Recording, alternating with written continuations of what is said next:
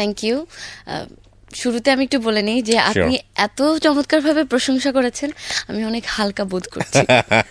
তবে ডেফিনেটলি আমি কোনো তারা নই, আর আমার জীবনটা অনেক ছোট। আমি খুব ছোট্ট একটা মানুষ, আমার জীবনের পরিসরটা অনেক অল্প। তুমি ছোট মানুষ না, তোমার অভিজ্ঞতা, তোমার অ্যাচিভমেন্ট অনেক বড়, বা বয়সটা অনেক ছোট অন্যান্যদের তুলনায়, ঠিক আছে। কিন্তু আমরা বিশ্বাস করি কি, প্রত্যেকটা মানুষেরই একটা গল্প আছে, যে গল্পটা থেকে কিছু না কিছু শেখা যায়। এবং আমি এটাও বিলিভ করি যে তোমার যে আজকে স্টোরি, যেটা তুমি হয়তো বিভিন্ন জায়গায় ইন্টারভিউ দিয়েছো, সেই জায়গা থেকে কমপ্লিটলি হয়তো একটা ভিন্ন কিছু বের হওয়ার একটা চেষ্টা আমাদের দুজনেরই থাকবে। তো আমরা ছোটবেলা থেকে শুরু করি। ইনফ্যাক্ট তুমি তো ছোটই আছো, তারপরে ছোটবেলাটা কেমন ছিল? ছোটবেলা রাইট, হ্যাঁ, ওখান থেকে শুরু করতে চাই। জন্ম থেকে যদি শুরু করি, আমার জন্মটা রংপুরে। ওকে। আমার বাবা মার চাকরি সূত্রে তারা প্রায় 12 বছর সেখানে ছিলেন। তো রংপুরে আমার বেড়ে ওঠাটা প্রায় 2003 সাল পর্যন্ত। ওকে। তো সেখানেই আমি যখন আমার প্রথম সময়গুলো, আম্মু যেটা বলে যে আমি নাকি বুলি ফোটার আগ থেকেই গান গাই। তো এরকম আম্মুর কাছ থেকে আমি শুনেছি। তো আব্বু আম্মুরও সাংস্কৃতিক বিভিন্ন কর্মকাণ্ডের সাথে সম্পৃক্ততা ছিল। ওকে। তুমি কি মানে ফার্স্ট চাইল্ড? হ্যাঁ। ফার্স্ট চাইল্ড এবং অনলি চাইল্ড? না, অনলি না, আমার ছোট আরো দুটো ভাই আছে। ওকে, ফাইন। মানে মেয়ে একমাত্র। Only girl. হ্যাঁ।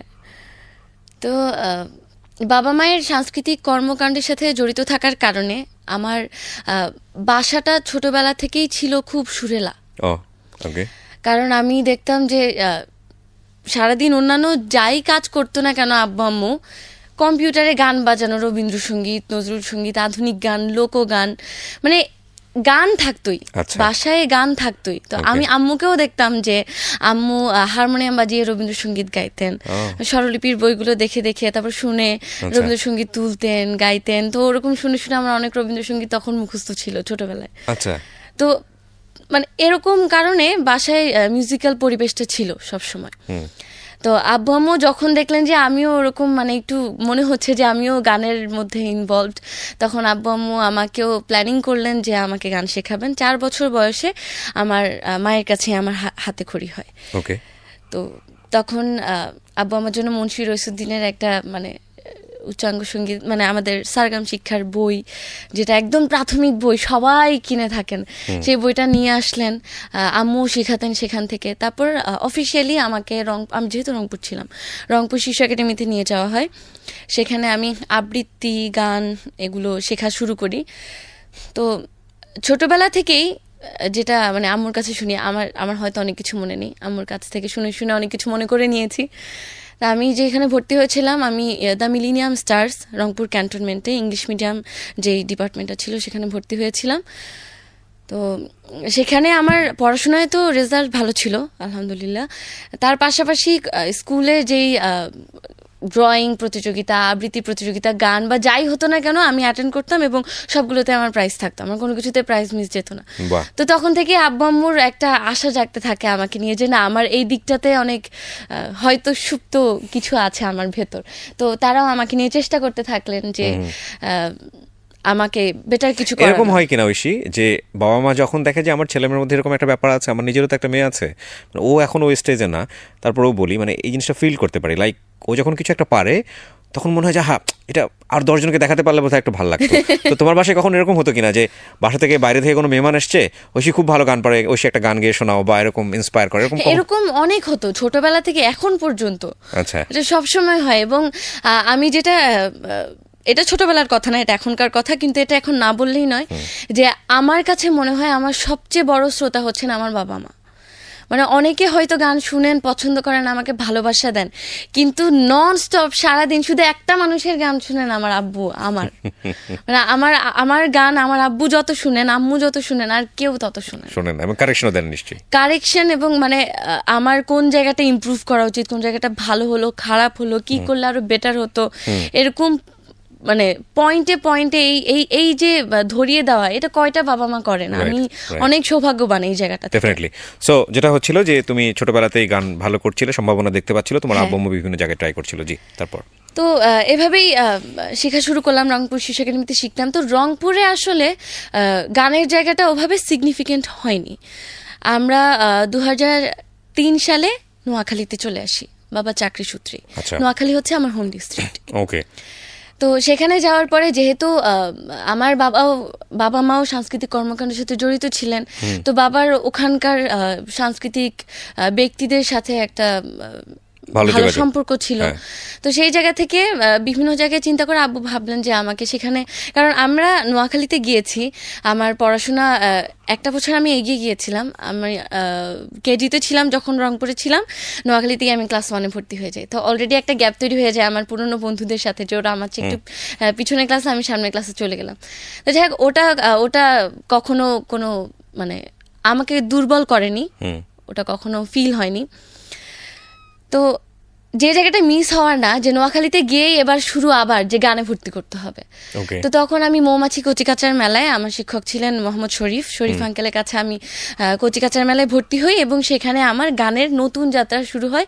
এবং এখন আমার কাছে মনে হয় ওটাই আসলে আমার অন্যরকম একটা টার্নিং পয়েন্ট ছিল, ওভাবে গান শেখা শুরু করাটা। আমি যখন কচিকাচার মেলায় গান শেখা শুরু করি, সেখানে আমি ড্রয়িংও শিখতাম এবং নোয়াখালীতে আমি আবৃত্তিও শিখতাম। তো আমি আবৃত্তিও ভালো করতাম ছোটবেলায়, ড্রয়িংও মোটামুটি করতাম, কিন্তু ড্রয়িংয়ে হয়তো অত ভালো করিনি তখন।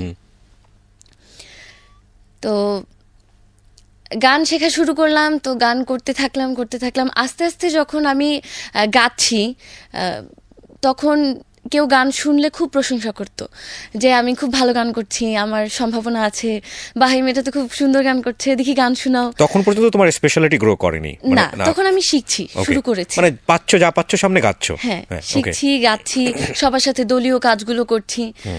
তো এভাবে শিখতে শিখতে 2004 সালে আমাকে স্টেজে প্রথম গান গাওয়া, আমার স্টেজে সেটা ছিল ডুয়েট গান। একটা ছড়া গান গেয়েছিলাম আরেকটা ছেলের সাথে, আমার বয়সে একটা ছেলের সাথে। পড়ার টেবিলে আমি পড়তে এলে দাদুর কথা শুধু মনে পড়ে, এই গানটা গিয়েছিলাম, আমার মনে আছে। আমাদের কাছে সেগুলো ভিডিও ক্লিপস আছে, তো প্রায় দেখা হয়, দেখলে খুব মজা লাগে যে আমি কেমন করে করে গাইছি নড়ে নড়ে, একটা ছোট্ট বাচ্চা, এখনো ছোট। তো তখন আমি স্টেজে গাইলাম এত তাড়াতাড়ি, আসলে এত ছোট বয়সে, তখন আর কি আমাদের সেই পরিবেশটা থেকে এত তাড়াতাড়ি কেউ এভাবে গান গাইতে পারতো না, সলো বা ডুয়েট বা যেটাই হোক, এভাবে চান্স পাইতো না।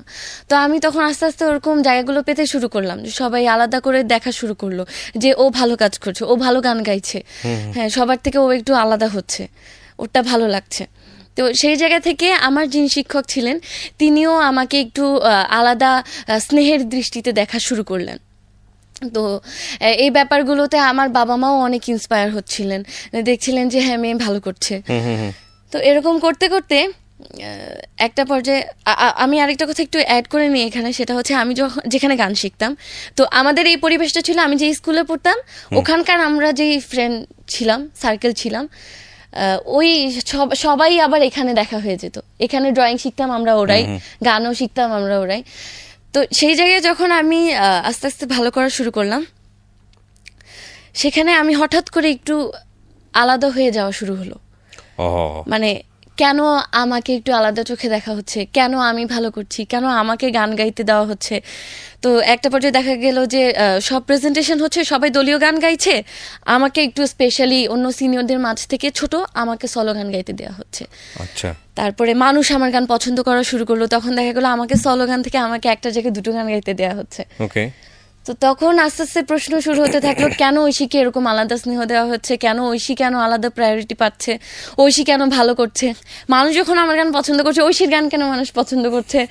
তো এরকম করতে করতে দেখা যায় আমার সেই সার্কেলের সেই বন্ধু বলি বা সহপাঠী বলি, সহকর্মী বলি, সবার মধ্যে একটা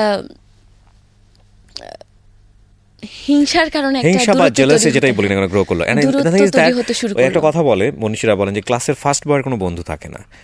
জানি না, মানে আমাদের বাঙালি কালচারদের মধ্যে এই জিনিসটা আছে, কেউ যদি একটু সামনের দিকে চলে যায়, আমরা কেন জানি অটো এই জেলাসিটা ফিল করি, এটা সবার মধ্যেই চলে আসে, এবং চেষ্টা করি পেছন থেকে কিভাবে, হ্যাঁ, এটা খুব মানে খুব রুডলি, যেটা মানে একদম মানে মনে হয় যে ঠিক আছে আমি তো এখানে একা পড়ে আছি, তুমি যাবা কেন, আমার একজন কোম্পানি দরকার, আমার সঙ্গেই থাকো, পিছেই থাকো, সামহাও এই কালচারটা আছে আমাদের মধ্যে। হ্যাঁ, তো তখন এই ব্যাপারটা আমাকে ফেস করতে হয়েছে। তো আমি তো তখন অনেক ছোট, এগুলো বোঝার আসলে বয়স হয়নি। তখন গান শিখতাম এবং গান শিখে বাসায় গান চর্চা করানো হতো এবং চেষ্টা করতাম তখন থেকেই। বাবা মা ওভাবেই আমাকে মেন্টরিং করতেন যে তুমি তোমার বেস্টটা দিবা, এভাবে এভাবে করো, তাহলে তোমার পারফরমেন্সটা ভালো হবে, কিভাবে নিজের ভালোটাকে বের করে নিয়ে আসা যায় সেটাই সবসময় মাথায় থাকতো। তো এভাবে করতে করতে একটা পর্যায়ে দেখলাম যে গার্ডিয়ানদের মধ্যে একটা ঝগড়া শুরু হয়ে গেল। যে দেখা গেল গার্ডিয়ান আর আমার শিক্ষকের মধ্যে কেন ঐশীকে এরকম করা হচ্ছে, কেন ঐশী স্লোগান, কেন ঐশীকে প্রেজেন্টেশন দেওয়া হচ্ছে, কেন ঐশীকে আবৃত্তি করতে দেওয়া হচ্ছে, কেন ঐশী দুটো গান কেন গাচ্ছে, ঐশীর গান কেন মানুষ পছন্দ করতেছে, মানে এরকম একটা ব্যাপার তৈরি হয়ে গেল। তো তখন দেখা গেল যারা আমার কাছের বন্ধুরা ছিলেন তাদের সাথে আমার আর সেই বন্ডিংটা থাকলো না। আমি আমি আমি কখনো এই বিষয়গুলোকে একদম নেগেটিভলি দেখিনি, কারণ আমি এই জিনিসটাকে এভাবে শিক্ষা হিসেবে নিয়েছি এবং এখন বুঝি যে তুমি যখন অর্ডিনারি তখন সবাই তোমার সাথে থাকবে, কিন্তু তুমি যখন এক্সট্রা অর্ডিনারি বা তুমি যখন সবার থেকে কিছু আলাদা করতে যাবে বা তুমি সবার থেকে একটু অন্যরকম, তখন সবাই চেষ্টা করবে কিভাবে তোমাকে টেনে ধরে রাখা যায় বা তাদের মতো করেই রাখা যায়, তুমি যেন আলাদা না হও। তো সেই জায়গা থেকে আমি সবসময় চিন্তা করতাম যে না, হয়তো আমি একটু অন্যরকম এবং হয়তো আমি ভালো করছি বা ভালোর দিকে যাচ্ছি, তখন আমার স্বপ্নগুলো আরো বড় হতো যে না আমাকে তাহলে এভাবে করতে হবে, তাহলে আমি আরো ভালো করতে পারবো, আরো ভালো হব। এবং আমি এখনো আমার সেই বন্ধুদেরকে, সেই আন্টিদেরকে বা পারিপার্শ্বিক যারা ছিলেন সবাইকে অনেক ধন্যবাদ জানাই, কৃতজ্ঞতা জানাই, কারণ তাদের কারণে আমি আরো বড় স্বপ্ন দেখতে শিখেছি। তো এরকম করে করে আস্তে আস্তে আগানো। তো দেখতে দেখতে এরকম বছর যায়, আরো আগাই। একটা পর্যায়ে কম্পিটিশনের যে সময়টা শুরু হয়, মানে কম্পিটিশন মানে যে প্রতিযোগিতাগুলো হতো, শিশু প্রতিযোগিতা, জাতীয় প্রতিযোগিতাগুলো, সেগুলোতে অ্যাটেন্ড করার বিষয়গুলো ছিল। তো আমি যখন শুরুর দিকে কম্পিটিশনগুলোতে যেতাম তখন দেখা যেত যে যারা বিচারক মণ্ডলীরা থাকতেন তাদের হয়তো আপনজন বা ছাত্রছাত্রী বা যে কোনো কাছের লোকরা সেখানে পার্টিসিপেন্ট থাকতেন। তো যার কারণে দেখা যায় সবার মুখে আমি প্রশংসনীয় হলেও, আমি সেরা হলেও কোনো কারণে প্রতিযোগিতার পজিশনগুলোতে আমি সেই জায়গাগুলোতে থাকতাম না। তো এটা অনেকবার বারবার সব সময় এটাই হচ্ছিল, সেটা জেলা পর্যায়ে, বিভাগীয় পর্যায়ে এবং জাতীয় পর্যায়ে এরকম দেখেছি, অনেক দিন দেখেছি। তো এরকম করতে করতে করতে করতে একটা পর্যায়ে যখন এমন আসলো যে কম্পিটিশনগুলোতে তখন আমি অ্যাটেন্ড করা মানেই যে আমি অ্যাটেন্ড করছি মানে আমি একটা ভালো পজিশনে আছি, আমি অ্যাটেন্ড করছি মানে আমি একটা ভালো পজিশনে আছি। তখন আবার সমস্যা যে কেন ঐশী ভালো পজিশনে, কেন ঐশী ফার্স্ট হচ্ছে, কেন ঐশী মানে ভালো করছে, এগুলো নিয়ে এবার বিচারকদেরকে প্রশ্ন করা শুরু করতো। আমার টিচার যিনি ছিলেন ওনাকে প্রশ্ন করা শুরু করতো যে আমি আদায় করে নিচ্ছি, আমার অন্য কোনো লিঙ্ক আছে বা আমি টাকা দিয়ে আদায় করে নিচ্ছি বা অন্য কোনো ক্ষমতা আছে, এমন একটা বিষয় তৈরি হয়ে যায়। তো এরকম একটা পর্যায়ে এমন বিষয় দাঁড়ায় যে আমার যারা বেস্ট ফ্রেন্ড ছিল, বিশেষ করে যে বেস্ট ফ্রেন্ড ছিল একজনের কথা আমি বলেই ফেলি, তার নাম ছিল অনু। আমরা খুবই ভালো বন্ধু ছিলাম, খুবই ভালো। এবং আমাদের মধ্যে যে সম্পর্ক ছিল তা না, আমাদের পারিবারিক একটা সম্পর্ক ছিল, মানে আমাদের বাবা মায়ের মধ্যেও একটা বন্ধুত্বপূর্ণ সম্পর্ক ছিল।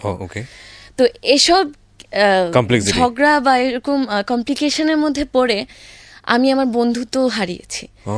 গান করতো? হ্যাঁ, সেও গান করতো। আমাদের এই একটা সার্কেলের মধ্যে ছিল, আমাদের একটা সমাজ তৈরি হয়েছিল।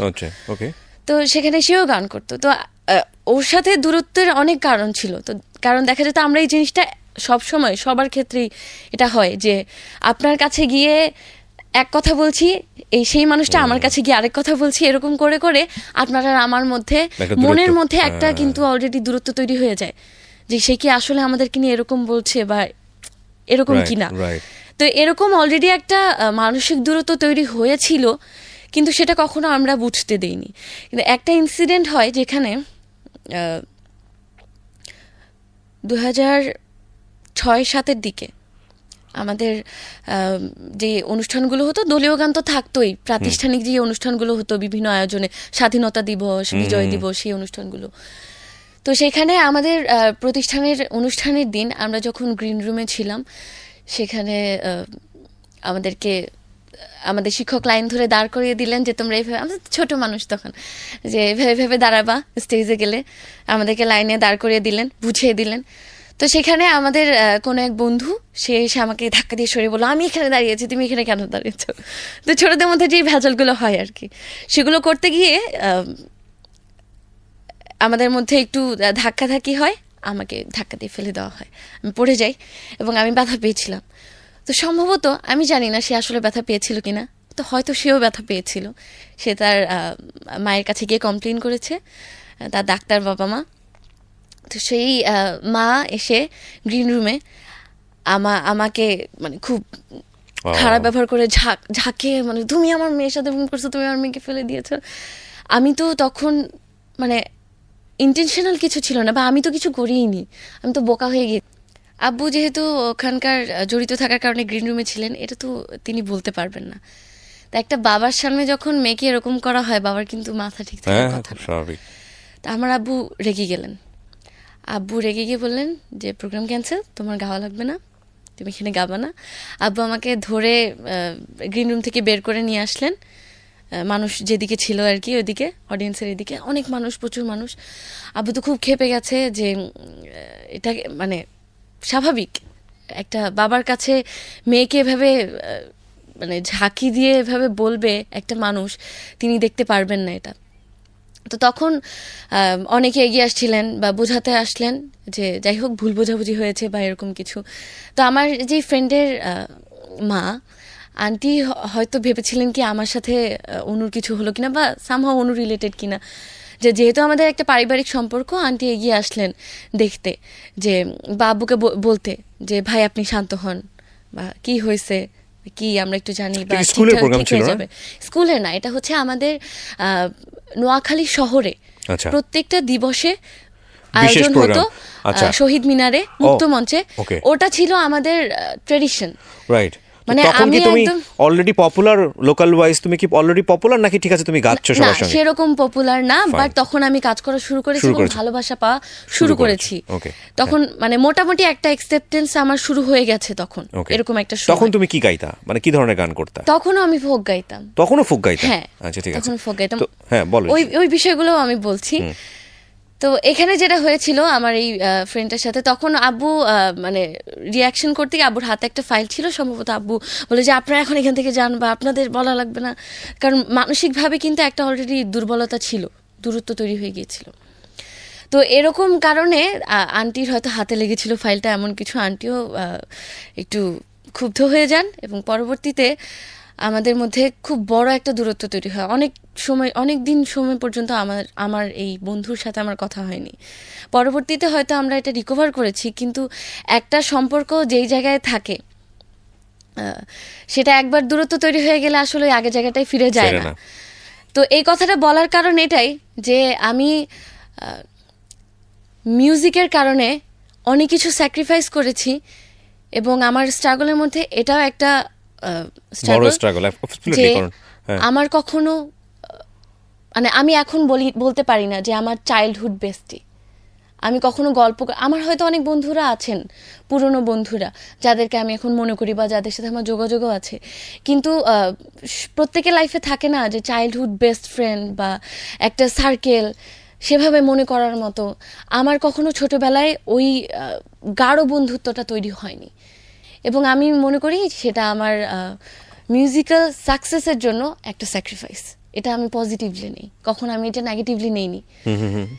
এবং যাই হোক, এবার একটু ওই জায়গা থেকে যদি পজিটিভলি আসি, ছোটবেলার যে এই যে গান করা, ছোটবেলায় টিচার আলাদাভাবে দেখা, গানের টিচার, সেই জায়গা থেকে আমার স্কুলে যে টিচাররা ছিলেন প্রত্যেকে আমাকে এত স্নেহ করতেন এবং এত ইন্সপায়ার করতেন। এবং তার মধ্যে বিশেষ কিছু টিচার আছেন স্কুলের, আমি নোয়াখালী গভর্নমেন্ট গার্লস হাই স্কুলে পড়েছি এবং একদম ছোটবেলায় পুলিশ কেজি স্কুলে পড়েছি। আর তার আগে তো আমি বললাম আমি রংপুরে ছিলাম, রংপুর মিলিনিয়াম স্টার্সে ইংলিশ মিডিয়ামে পড়েছি। তো রংপুর বলতে আমার একটু মনে পড়লো, আমি যেটা বলেছি রংপুরে আমার জন্ম, তো এটা আসলে যারা আমার রংপুরের কাছের মানুষরা আছেন তারা শুনতে খুব পছন্দ করেন, কিন্তু আসল বিষয়টা হচ্ছে রংপুরে আমার জন্ম মানে আমি মায়ের পেটে এসেছি আর আমি ভূমিষ্ঠ হয়েছি নোয়াখালীতে। এবং আমার নোয়াখালীতে জন্ম হওয়ার 45 দিনের মাথায় আমি আবার রংপুরে চলে যাই। ওকে, আমার যখন 45 দিন বয়স সবাই তোমাকে নোয়াখালী চিনি আসে। হ্যাঁ, আমি নোয়াখাইলা, আমি একদম প্রাউডলি নোয়াখাইলা, আমি খুব প্রাউড ফিল করি নিজেকে নোয়াখাইলা বলতে। ওকে। এবং হয়তো অনেকে আছেন যারা নোয়াখাইলা হিসাবে পরিচয় লুকিয়ে থাকেন, কিন্তু আমি কখনো সেই দলে না, আমি খুব চিৎকার করে বলতে পছন্দ করি যে আমি নোয়াখাইলা। তো যেটা বলছিলাম যে আমার শিক্ষকরা আমাকে অনেক ইন্সপায়ার করতেন, তার মধ্যে বেশ কিছু শিক্ষক ছিলেন আমার পুলিশ কেজি স্কুলেরও এবং গার্লস স্কুলেরও, যারা সবসময় আমাকে বলতেন যে তুমি যদি লেগে থাকো তুমি অনেক ভালো কিছু করতে পারবা, অনেক ভালো পর্যায়ে যেতে পারবা। এরকম অনেক শিক্ষকের মধ্যে একজন শিক্ষককে আমি এখনও প্রায় খুব মনে করি, তিনি হচ্ছেন শহীদ স্যার। স্যার যত বড়ভাবে বলতেন তত বড়ভাবে আমরা তখন চিন্তাও করতাম না, যেটা হয়তো এখন আমি সেই পথে আছি বা কিছু তার মধ্যে আমি অ্যাচিভ করেছি। তো এত বড়ভাবে স্যার বলতেন, এবং এখন আমার এই কারণে স্যারকে খুব মনে হয়। আনফর্চুনেটলি স্যারকে স্যাডলি মনে করতে হয়, কারণ স্যার বোন ক্যান্সারে আক্রান্ত হয়ে আমাদের স্কুলে থাকা অবস্থায় স্যার মারা গিয়েছিলেন। তো আমি সবসময় তারপর থেকে আমি স্যারকে মনে করলে আমি আরও অনুপ্রাণিত হতাম যে স্যার সবসময় কেন স্যারের মনে হতো আমাকে নিয়ে এত পজিটিভলি কেন বলতেন স্যার। তো এখনও প্রায় স্যারকে মনে করে আমি আরও অনুপ্রাণিত হই যে স্যারের ওই বিশ্বাসটা ছিল। এবং এরকম আমার যারা অনেক শিক্ষকরা আছেন সবাই আমার প্রতি বিশ্বাস রেখেছেন বলেই হয়তো আমি আস্তে আস্তে একটা একটা ধাপ করে এগিয়েছি। তো আমি সবসময় আমার শিক্ষকদের কাছে অনেক কৃতজ্ঞ। আমি যখনই আমার স্কুল লাইফের কথা মনে করি এবং আমার শিক্ষকদের কথা মনে হয়, তখন আমার খুবই ভালো লাগে, মানে যেটা একটা মানুষের হওয়া উচিত। তার মধ্যে আরেকজন ম্যামের কথা মানে এই মুহূর্তে মনে পড়ে গেলেন, তিনি ছিলেন আমাদের প্রধান শিক্ষক। তাকে আমার আম্মু সেই স্কুল পড়েছেন, আমার আম্মুও পেয়েছেন। তো উনি খুবই রেসপেক্টেড একজন মানুষ ছিলেন, খুবই সিনিয়র একজন মানুষ ছিলেন, আমাদের নসরত আপা। তো নসরত আপাকে আমি পেয়েছি, এবং আমি যখন ক্লাস 5-এ পুলিশ কেজি স্কুল শেষ করে নোয়াখালী গভর্নমেন্ট গার্লস হাই স্কুলে ক্লাস 5-এ ভর্তি হয়েছি, তখন আমি প্রথম গান তখনও ফোক গান। আচ্ছা, তখনও ফোক গান দিয়ে ম্যাম আমাকে পছন্দ করা শুরু করলেন, এবং তখন থেকেই ম্যাম আমাকে এত ইন্সপায়ার করতেন। স্কুলের অনুষ্ঠান মানেই আমি, এবং সেই ম্যামের পছন্দের ফোক গানগুলো ম্যামের ডিমান্ড থাকতো তুমি এই গানটা গাও, ওই গানটা গাও। মানে তখন থেকেই এভাবে যে এই আলাদা করে স্নেহ পাওয়াটা, এই জিনিসগুলো আমাকে স্বপ্ন দেখতে সহজ। কিন্তু তুমি কি বুঝে ফোক গান করতা ছোটবেলাতে? মানে বুঝে বলছি এই কারণে যে থাকে না যে আমার এটা ভালো লাগতেছে এই জন্য আমি করতেছি, এই ব্যাপারটা কি ছিল? এই ব্যাপারটা ছিল, কারণ আমি ছোটবেলায় একটা জিনিস দেখতাম, আমার রবীন্দ্রসঙ্গীত ভালো লাগতো, কারণ আমি ছোটবেলায় আম্মুকে দেখতাম আম্মুর হারমোনিয়াম বাজায় গাইতো, রবীন্দ্রসঙ্গীত করতো। হ্যাঁ, রবীন্দ্রসঙ্গীতটাই আম্মুকে দেখতাম, আম্মু বেশি গাইতো। আচ্ছা, তো আমি যেটা দেখতাম ছোটবেলায় আব্বু আম্মুরও রবীন্দ্রসঙ্গীত, নজরুল সঙ্গীত, বিশেষ করে রবীন্দ্রসঙ্গীতের প্রতি একটা উইকনেস ছিল। ওকে। এবং এখনো সেই উইকনেসটা আমি আব্বু আম্মুর মাঝে দেখি। তো তোমার কাছে তো ফোক আসার কথা না? ফোক আসার কথা, কারণ আমাদের বাসায় শুধু যে রবীন্দ্রসঙ্গীত বাজতো তা না। আমি মানে আমাদের মানে প্রতিটা দিনই আমার যতটুকু এখন মনে পড়ে এরকমই ছিল যে ঘুম থেকে উঠে আম্মুর কাজকর্ম যা কিছু করলো না করলো, কম্পিউটারটা চালু হবে, তখন কম্পিউটারে জেট অডিওতে গান শুনতাম সবাই। তো ওই জেট অডিওতে সব গান প্লে দিয়ে গান একটার পর একটা চলতো, সেখানে ফেরদৌসী রহমান ম্যাম, তারপর আব্দুল আলিম স্যার, আব্বাসুদ্দিন স্যার, ওনাদের যে পুরোনো রেকর্ডগুলো, সেই রেকর্ডগুলো বাজতো। তো আমি সেই জিনিসগুলো এনজয় করতাম যে কত পুরোনো রেকর্ড বাজতেছে, এরকম শোনা যায়। হ্যাঁ, ওই জিনিসগুলো এনজয় করতাম। তো আম্মু বলতো যে তুমি এই গানটা তুলতে পারো। তো দেখা যায় ওভাবে করে করে আমি আস্তে আস্তে ফোক গান তোলা শুরু করলাম। যখন গাওয়া শুরু করলাম, আমার যেটা মনে পড়ে, আমার জন্য তখনকার সময় লাকি গান ছিল, এখনকার সময় আমি বলি লাকি গান, সেটা হচ্ছে ও কি গাড়িয়াল ভাই, ভাওয়াইয়া গান। আমার ভাওয়াইয়া গানের প্রতি একটা উইকনেস ছিল। এটা অটো ছিল? হ্যাঁ। নাকি রংপুরে কিছু সময় কাটিয়েছো সে কারণে? না, সে কারণে না, আমি জানি না, সামহাও এটা ছিল। মানে আলটিমেটলি তোমার ব্লাডে যেটা স্পার্ক করেছে দ্যাট ইজ ফোক, এবং এটা ন্যাচারালি তুমি নিয়েছো নিজের মধ্যে। প্রবাবলি, কারণ আমি তখনও যখন গান গাওয়া শুরু করলাম, ওই সময়টা যখন সবাই দেখছে যে ঐশীর গানে পছন্দ করছে, তো তখন আমি ওই যে ও কি গাড়িয়াল ভাই বা কুমটা বাতাস, ও কি ও বন্ধু কাজল ভ্রমরা, এরকম যেই ভাওয়াইয়া গান বা সাথে ভাটিয়ালি গান, সর্বনাশা, পদ্মা নদী, হ্যাঁ এরকম গানগুলো টান দিয়ে দিয়ে ও পদ্মা নদীরে চিল্লায় টান দিয়ে দিয়ে গাইতাম, গাড়িয়াল ভাই টান দিয়ে গাইতাম। মানে আমি তোমাকে প্রশ্নটা করছি কারণ যে তুমি কি বুঝতা যে তোমাকে কেন পছন্দ করছে মানুষজন, তোমার গানটাই কেন শুনতে চাইছে? না আমি বুঝতাম না, আমি খুব মানে অনেক ইন্সপায়ার্ড ফিল করতাম যে আমি ধরেন গাড়িয়াল ভাই গাইলাম তো সবাই খুব প্রশংসা করতো, মানে প্রশংসায় পঞ্চমুখ। আমি খুব ইন্সপায়ার হইতাম, বা আমার গান সত্যি এত ভালো লাগছে, আমাকে আরো ভালো করতে হবে। এভাবে করে আসলে আমার গানের প্রতি ভালোবাসাটা আরো বেড়ে যায়। এবং আমার বাবা মাও দেখলেন যে না মেয়ে প্রশংসিত হচ্ছে, তারাও আমাকে আরো ভালো করে গাইডলাইন দেওয়া শুরু করলেন। তুমি ন্যাচারালি যে হাই পিচে যে গান করো, এইটা তোমার কি খুব ছোটবেলা থেকেই ছিল? হ্যাঁ তখনও আমি হাই পিচে গান করতাম। আমার এখনই মনে পড়লো, আমার বিভিন্ন কম্পিটিশনের সুবাদে আমাদের বিভিন্ন গ্রুমিং করা হয়েছিল যখন আমি শাপলাকুড়িতে ছিলাম। তখন খুরশিদ আলম স্যার আমাদেরকে গ্রুমিং করেছিলেন। তো একবার স্যার আমাকে বলছিলেন তুমি এত উপরে গাবা, এত উপরে কেন গাবা, এত উপরে তুমি পারবা, এরকম করে বলতেন। স্যার আমি পারবো, আমি তো ছোট তখন, খুব মানে জোর গলায় বলতাম আমি পারবো স্যার। মানে তখন থেকেই আমি উপরে গাইতাম, একটু মানে হাই রেঞ্জে গাইতাম, এরকম একটা টেন্ডেন্সি ছিল। স্টেজেও যখন গাইতাম আমার শিক্ষক আমাকে এটা বলতে আবার মনে পড়ে গেল আরেকটা কথা, আমার যিনি শিক্ষক ছিলেন মোহাম্মদ শরীফ স্যার, শরীফ আঙ্কেল, তো তিনি একজন এক কথায় বলে একজন কমার্শিয়াল মানুষ ছিলেন। এটা এই দৃষ্টিতে বলা, তার একটা প্রতিষ্ঠান ছিল কল্লোল শিল্পী গোষ্ঠী, সেটা প্রফেশনালি কমার্শিয়ালি প্রোগ্রাম করতো সেই শিল্পী গোষ্ঠীটা। তার সাউন্ডের বিজনেস ছিল, তো সেসব কারণে কমার্শিয়াল বিভিন্ন প্রোগ্রামে তো যাতায়াত ছিল, মানে মোট কথা কমার্শিয়াল একজন মানুষ ছিলেন তিনি, যার কারণে তিনি আমাকে বিভিন্ন অনুষ্ঠানে নিয়ে যেতেন। আচ্ছা, তিনি যখন দেখলেন যে আমি গান গাইলেই মানুষ শুনছে, পছন্দ করছে, বিশেষ করে ফোক গান, সব ধরনের গানই, তো তখন তিনি আমাকে বিভিন্ন অনুষ্ঠানে নিয়ে যেতেন। আমি ক্লাস 4-এর শেষ দিক থেকে, মানে 2005-6-এর মাঝামাঝি, মানে এই সময়টা থেকেই আমি কমার্শিয়াল স্টেজে যাওয়া শুরু করি, এবং তখন থেকে আমি স্টেজ পারফরমেন্স শুরু করি। সো ওই সময়টা থেকে তুমি পেইড সিঙ্গার সামহাউ? হ্যাঁ, ক্লাস 4-5 থেকে? হ্যাঁ। ওয়াও, তোমার আব্বু এটাতে ইন্সপায়ার করতো তোমাকে? হ্যাঁ, আব্বু ইন্সপায়ার, কারণ তখন আমাদের আসলে টেন্ডেন্সি এমন ছিল না যে আমি প্রফেশনাল আর্টিস্ট হব। তখন আমাদের টেন্ডেন্সি ছিল যে আমি গান গাইছি, মানুষ শুনছে, ভালো লাগছে। তখন আব্বু আম্মু দেখছেন যে মানে মেয়ের গান সবাই পছন্দ করছে, তারাও ইন্সপায়ার হচ্ছেন যে সঠিক ওয়েতে শিখে আরো ট্রেন্ড আপ হয়ে আরো ভালো কাজ করতে, আরো কোয়ালিটি কাজ করতে। কিন্তু শেখার আগে স্টার হয়ে গেছে, সরি টু সে, এই কারণে বলছি যে ধরো তোমার আম্মুর কাছ থেকে শিখলা হাতে খড়ি। 4 বছর বয়স থেকে কিন্তু আমার গান শেখা শুরু। হ্যাঁ, শিখছো রংপুর শীর্ষ একাডেমিতে এবং পরবর্তীতে নোয়াখালীতে। ফোক কি তখন পর্যন্ত 4-5 পর্যন্ত মানে স্টেজে গাচ্ছ তুমি? এবং আমি যখন আমি তো 4 বছর বয়সে শেখা শুরু করেছি, সেটা 2000 সাল। আমি 2003-এ নোয়াখালীতে আসলাম এবং 2003-এ সেখানে গান শুরু করলাম, এবং সেখানে পুরোদমে সত্যিকার অর্থে একদম গানের সাথে মিলেমিশে গান শুরু করা। কে শেখাতো ওই সময়টাতে? তখন আমাদের সারগাম শেখাতো, বিভিন্ন উচ্চাঙ্গ সঙ্গীতের বিভিন্ন ধাপ শুরু করা, এবং পাশাপাশি গানও শেখাতো। আচ্ছা, ধাপে ধাপে লোকগান, দেশের গান, আধুনিক গান। হ্যাঁ, প্রতিষ্ঠান কেন্দ্রিক শেখা। কিন্তু তোমার গান শুনলে যেটা মনে হয় যে ইউর স্পেশালিটি ইজ সামওয়ান তোমাকে ডিরেক্ট করতেছে। হ্যাঁ, ডিরেক্ট করেছেন আমার যিনি প্রতিষ্ঠানের শিক্ষক ছিলেন, তিনি আমাকে বাসায় এসে আবার গান শেখাতেন। ওকে, তিনি আমাকে বাসায় এসে আবার আলাদাভাবে গান শেখাতেন, গান শেখানো শুরু করেছেন।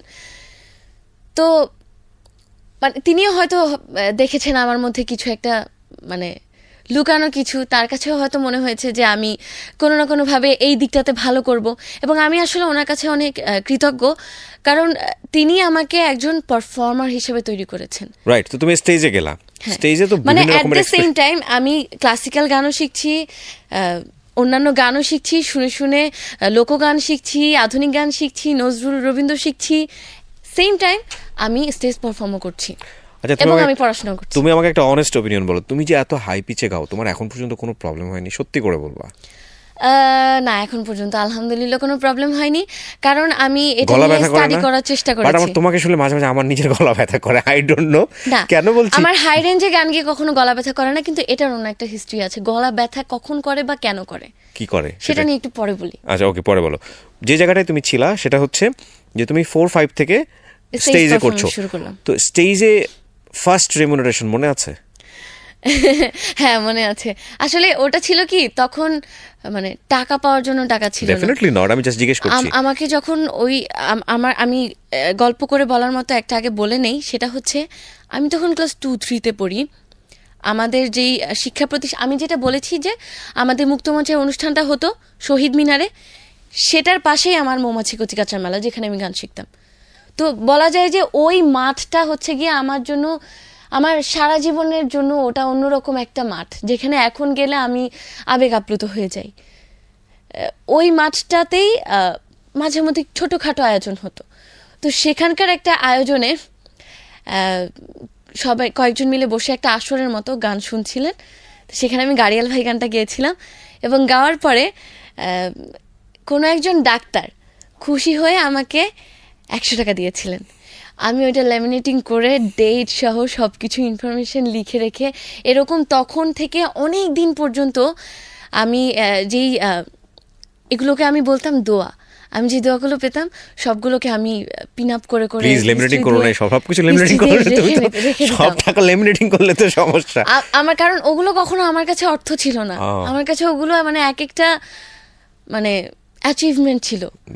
এবং সেগুলো আসলে আমি সেই মানুষগুলো হয়তো অনেককে মনে আছে, হয়তো অনেককে মনে নেই, কিন্তু তারাই আসলে আমাকে ইন্সপায়ার করেছেন সামনে আগাতে। এবং সেই জিনিসগুলো আমি খুব জমিয়ে জমিয়ে রাখতাম এবং পরবর্তীতে দেখতাম। তো ওভাবেই আসলে শুরু। তো আস্তে আস্তে যখন আমার শিক্ষক এটা আমাকে ইন্সপায়ার করলেন, যেভাবে উনি হয়তো কোনো প্রোগ্রাম থেকে আমরা কমার্শিয়ালি শোতে যেতাম, তো সেখান থেকে আসতাম, তিনি আমাকে একটা সম্মানী দিতেন। তো সেগুলো আমি সবসময় আশীর্বাদ হিসেবে রেখে দিতাম। এমনি জমিয়ে রাখলেও প্রথম যেই একটা কমার্শিয়াল প্রোগ্রাম থেকে এসে সম্মানী জিনিসটাকে জানা, সেখানে আমাকে আমার শিক্ষক 300 টাকা দিয়েছিলেন। তো সেটা আমি তখন ছোট মানুষ, এই যে একটা অনুষ্ঠান করে এসে সম্মানী পাওয়া, এটা আমরা কখনো চিন্তা করিনি।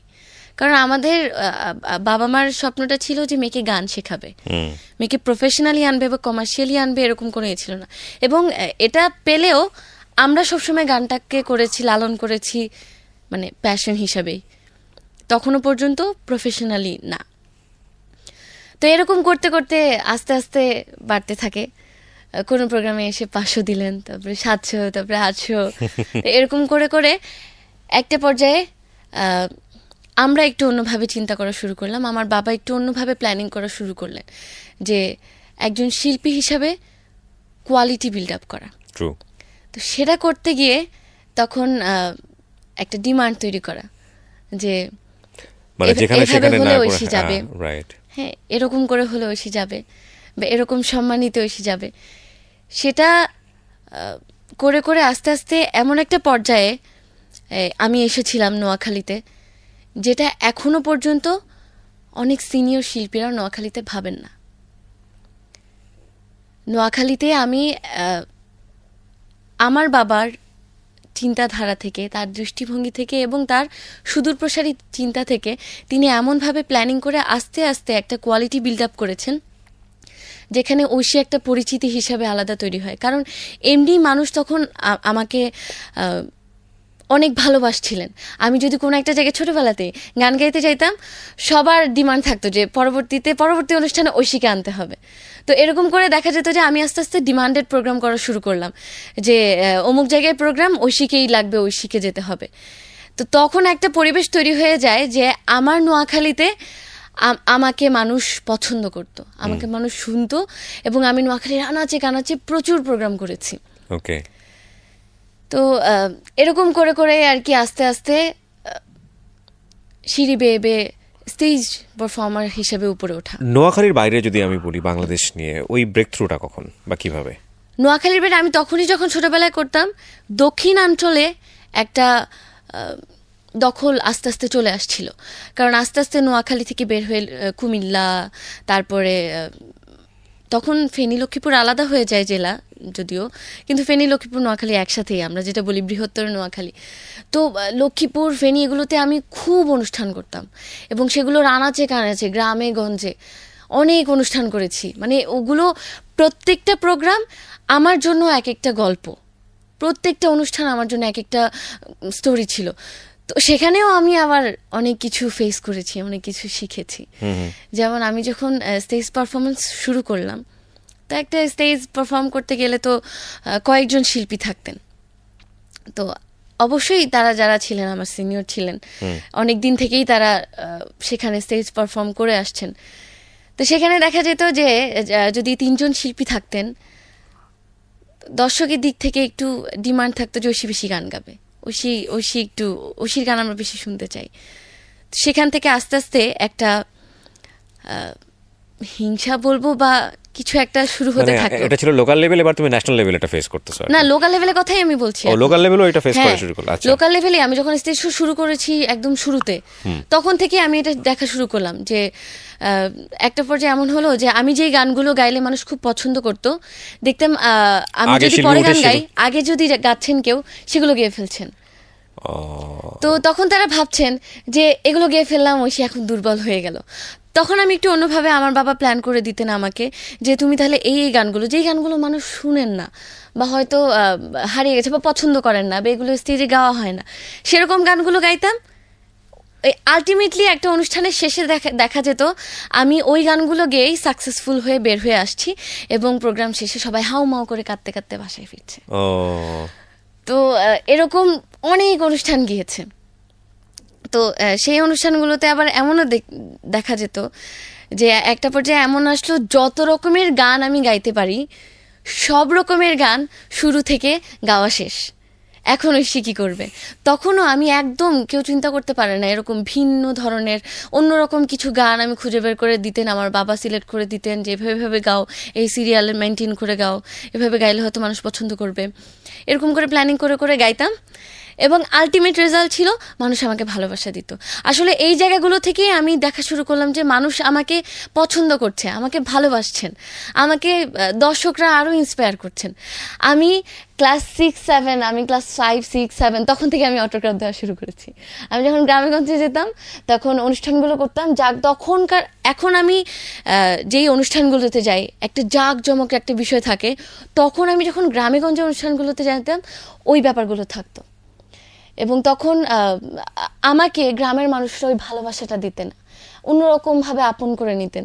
অটোগ্রাফের জন্য মানে বাচ্চা থেকে ইয়াং জেনারেশন পর্যন্ত আমার কাছে তখন অটোগ্রাফ নিতে আসতেন, আমি অটোগ্রাফ দিতাম। মানে এটা একদম অন্যরকম, মানে কি বলবো, আমার আগানোর পিছনে অন্যরকম ইন্সপিরেশন ছিল এই জিনিসগুলো, যে আমি আরও বড় স্বপ্ন দেখতেছি। মানে যত দিন যাচ্ছে, যত আমি ফেস করছি, তত আমার স্বপ্ন বড় হচ্ছে, আমার বাবার স্বপ্ন বড় হচ্ছে, মায়ের স্বপ্ন বড় হচ্ছে, যে ওকে নিয়ে তাহলে আমরা এভাবে কাজ করি, ওকে আরও ওয়েল প্রিপেয়ার্ড করি।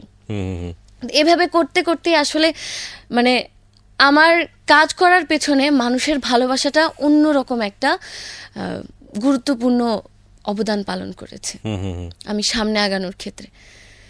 তো তখন আবার এরকমও হতো যে যখন দেখা গেলো যে কোনোভাবে আমাকে আটকানো যাচ্ছে না, তো তখন সাউন্ডে একটা খেলা করা হতো।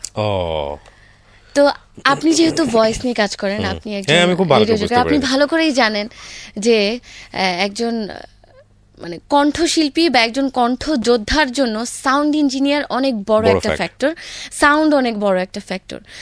অনেক বড় মাপের শিল্পীকেও সাউন্ড দিয়ে অনেক কিছু করে ফেলা যায়। তো তখন দেখা যেত যে আমি, আমার আগে যারা গান গাইছেন সাউন্ড খুবই চমৎকার, খুবই ভালো, আমি যখন গান গাইতে উঠলাম তখন সাউন্ড একদম এলোমেলো। তো অসংখ্য প্রোগ্রাম এরকম গিয়েছে যে আমি গলার জোরে গান গেয়ে সফলতা নিয়েই এসেছি, তাও হয়তো পিছিয়ে যায়নি, তাও হয়তো আমাকে আটকানো যায়নি তখনও পর্যন্ত। তো এনিহাও মানুষ হয়তো ওই র ভোকালটাই পছন্দ করতেন, ওভাবেই হয়তো আমার গানটা মানুষের ভালো লেগেছে। তো সেভাবেই সাউন্ড নিয়ে ওই খেলাটা আমাকে ফেস করতে হয়েছে। আমরা ঢাকার জার্নিটার দিকে এবার সবাই যে ওরকম করেছে তা না, কিন্তু পজিটিভ অনেকেই ছিলেন, আমাকে অনেক ইন্সপায়ার করেছেন। আমার এই যে আমি যেটা বললাম যে শিক্ষকরা, অনেকেই সিনিয়ররা ছিলেন, যে অনেক সিনিয়ররা ছিলেন যে আমাকে পছন্দই করতেন না, ইভেন অনেক প্রাতিষ্ঠানিক শিক্ষকরাও, যে কেন ঐশী কেন এরকম আগাচ্ছে বা এরকম করছে, অনেকে আমাকে টেনে ধরার চেষ্টা করেছেন। তাদের মধ্যে অনেকেই এখন বলেন যে আরে ঐশীকে তো আমরা মানুষ করেছি। অনেকেই এরকম গল্প করে এখন প্রাউড ফিল করে বলেন, আমিও তাতে অনেক প্রাউড ফিল করি। তো কিন্তু অনেকেই ছিলেন যারা আমাকে সামনে এগিয়ে যাওয়ার জন্য অনেক সাহস দিয়েছেন, বলেছেন যে এভাবে ভেবে করো, হ্যাঁ ভালো করবে, চেষ্টা করো, শিখে যাও, ধরে রাখো, সাধনা করো। তো যাক, এভাবে করে করে আস্তে আস্তে রেকর্ডিংয়ের জায়গাটাতে আসি। এবার রেকর্ডিংয়ের কাজ কিভাবে শুরু করলাম। তা আমি আমার শরীফ আঙ্কেলের পরে হাফিজউদ্দিন বাহার স্যারের কাছে আমি গান শেখা শুরু করেছিলাম। উচ্চাঙ্গ সঙ্গীত, নজরুল সঙ্গীত, রবীন্দ্রসঙ্গীত। স্যার আমাকে সঙ্গীতের যে বিভিন্ন ক্ষেত্রে পারদর্শিতা থাকা উচিত সেই বিভিন্ন শাখায় স্যার আমাকে শেখানো শুরু করলেন, এবং তার মাধ্যমেই আমার রেকর্ডিং যাত্রাটা শুরু। যে কোনো একটা ভাবে স্যার লিঙ্ক তৈরি করে দিয়েছিলেন, এবং সেখান থেকে আমার প্রথম রেকর্ডিং হয়েছে শিহাব রিপন, তিনি কম্পোজিশন করেছিলেন একটা, সেটা লোকগান ছিল। মনে আছে গানটা? লিখেছিলেন, মনে আছে মোটামুটি। মানে লোকগানটা কি তোমার জন্যই লেখা হয়েছিল?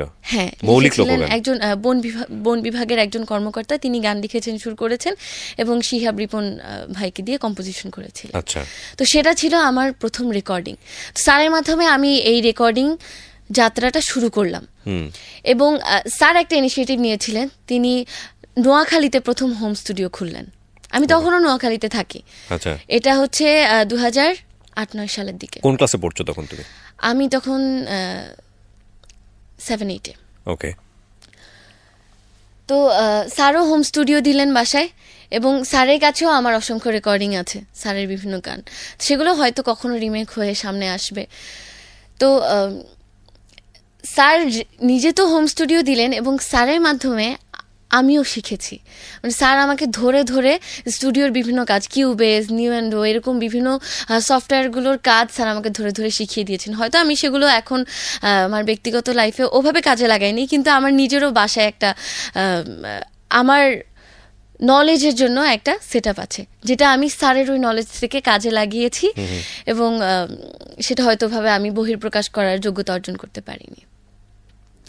তো ওভাবে আমার রেকর্ডিং লাইফটা শুরু হলো, এবং তখন আমরা এবার এই রাস্তায় আমাদের বিভিন্ন স্বপ্ন দেখা শুরু হলো, যে গান তৈরি করা, গান বের করা। তো সেই জায়গা থেকে আমার অনেক এক্সপিরিয়েন্স হয়েছে। আমি অনেক কাজ, আমি নোয়াখালী থেকে ঢাকায় এসে গিয়েছি। তার মধ্যে আমরা খুব সম্প্রতি সময়ে হারিয়েছি বাসুদেব ঘোষ, বাসুদার কাছে আমার প্রায় 11টা গানের রেকর্ডিং ছিল।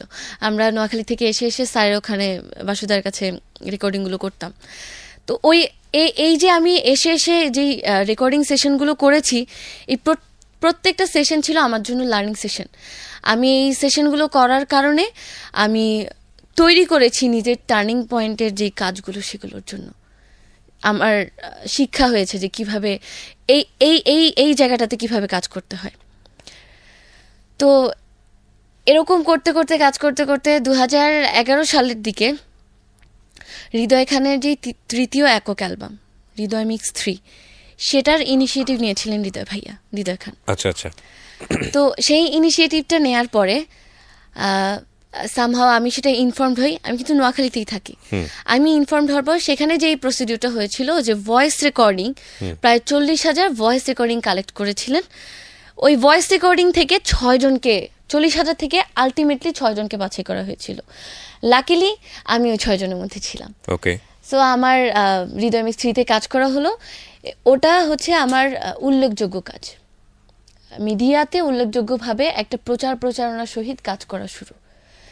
এবং হৃদয় মিক্স 3-তে কাজ করার জন্য আমরা 6 জন যেহেতু বাছাই হয়েছিলাম, তো আমরা 6 জনই থাকতাম রেকর্ডিংয়ের দিনগুলোতে। ওগুলো ছিল এক একটা গল্পের দিন আমার জন্য। তখন নোয়াখালী থেকে এসে পড়াশোনার ফাঁকে ফাঁকে এসে ঢাকায় থাকা, এর মধ্যে আবার নোয়াখালী গিয়ে পড়াশোনা কন্টিনিউ করতাম। মানে আমি এমন হয়েছে, আমি ভোরবেলা রওনা দিয়ে ঢাকায় আসতাম, সারাদিন কাজ শেষে রাতের বেলা আবার রওনা দিয়ে নোয়াখালী চলে যেতাম, পরের দিন আবার স্কুল করতাম। তো তোমার লেখাপড়ায় প্রবলেম হতো না এতে? না, প্রবলেম হতো না, কারণ তখন থেকে আমি এই জিনিসগুলো এনজয় করা শুরু করলাম। যে আমি যখন এরকম করছি, সবাই আবার বলতো যে বাহ, এরকম করে এসে আবার পড়াশোনা করছে, স্কুল করছে, ক্লাস করছে।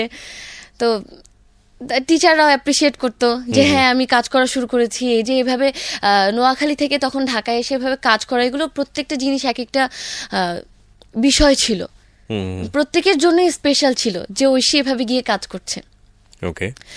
তো হৃদয় মিক্স 3-র জার্নিটা আমার জন্য লার্নিং সেশন ছিল। সেখানে যখন কাজ শুরু করলাম, আমরা রেকর্ডিংয়ের সময় 6টা গান 6 জনই তুলতাম।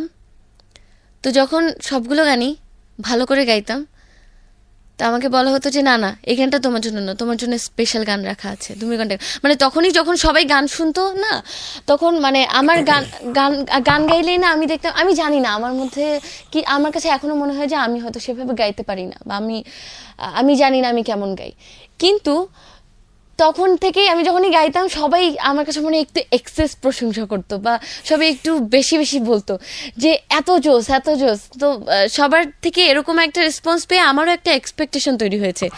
যাই হোক, হৃদয় মিক্স 33-তে লঞ্চ হয়েছিল, খুব বড়সড় আয়োজন করে। আমাদের জন্য সেটা একটা স্পেশাল বিষয় ছিল, এবং সেখানে অনেক আমাদের পরিচিত স্বনামধন্য অনেকে এসেছিলেন। আমাদের অ্যালবাম লঞ্চিং হয়েছে, সবাই জেনেছে। ওটা একটা নাইস স্টার্ট ছিল। এবং 2000 উল্লেখযোগ্যভাবে, কত সালে এটা মনে আছে? হ্যাঁ, 2012 সালে। এবং তখন আমার মনে পড়লো যে বিভিন্ন পত্রিকায়, অনেকগুলো পত্রিকায় আমাদের 6 জনকে নিয়ে প্রতিবেদন হয়েছিল, এবং সেটা হিউজ একটা বিষয় ছিল আমাদের জন্য, আমার জন্য। তখন বিশেষ করে প্রথম আলো, ডেইলি স্টার সহ যত স্ট্যাবলিশড পত্রিকা আমাদের দেশে আছে, হ্যাঁ, সমকাল সহ আরও অনেকগুলো, তো সেগুলোতে একটা নিউজ আসা এবং বারংবার আসা, সেটা আমাদের জন্য একটা বিষয় ছিল। তো তখন মঞ্জুর কাদের জিয়া ভাইয়া, আমি সবসময় এটা মনে রাখবো, ভাইয়ার কাছে আমার প্রথম ইন্টারভিউ 2012 সালে। মঞ্জুর কাদের জিয়া, হ্যাঁ, জিয়া ভাই, ওকে, দেখতেছ হয়তো ওনার কাছে আমার প্রথম ইন্টারভিউ। এবং ভাইয়া তখন থেকে আমাকে খুব স্নেহে রেখেছিলেন, খুব স্নেহে। এবং ভাইয়ার কাছে প্রথম ইন্টারভিউ, খালেদ সরকার ভাইয়া, আমরা সবাই চিনি যারা আমরা এখানে কাজ করি।